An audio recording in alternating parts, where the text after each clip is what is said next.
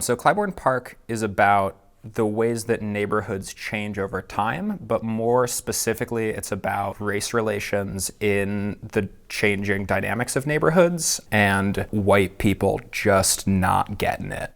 Students should come see the show because it talks about actually a current problem that's existing in this country right now, and that's race, and actually race and how that relates to modern day gentrification. The problems that Clybourne Park exposes, systemic racism, housing discrimination, veterans' rights. These are all problems that don't have easy answers. I believe that Bruce Norris is asking us as audience members what community really means. The first act is set in 1959. There's a black family who's planning on moving into this house. There's a bunch of white people in the neighborhood who really don't want that to happen because they think their property values are going to go down, and also they're racist as heck. The second act is 2009, and the neighborhood is now a predominantly black neighborhood, and there's a white family who wants to move in and build this just an atrociously large house and really change like the face of the neighborhood, and are really just oblivious to the larger societal problems that are implicit in their decision making. I play Albert in Act 1 and Kevin in Act 2, but I don't really identify with either characters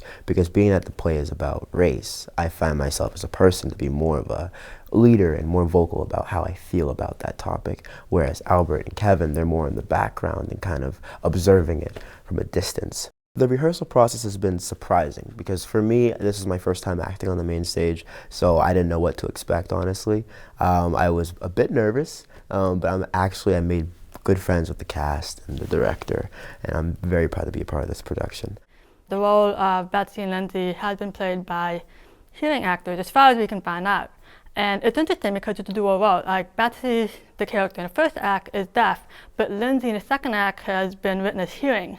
And so when I was talking with our director about representation in theater, and I was not expecting for her to say, "Would you like to audition?" So that was a surprise. This is a fast-paced show. Timing of our lines is super tight. Rehearsal with a hearing cast as a deaf actor has been a really interesting thing to figure out because I've never done this before. They've never done this before. And so we're all trying to figure out what does that mean. In theater, and especially as a director, I always ask myself, why this play at this time for this audience? And those questions are the very questions our students ask about their own ventures, about their own businesses, how they market it, why it's relevant.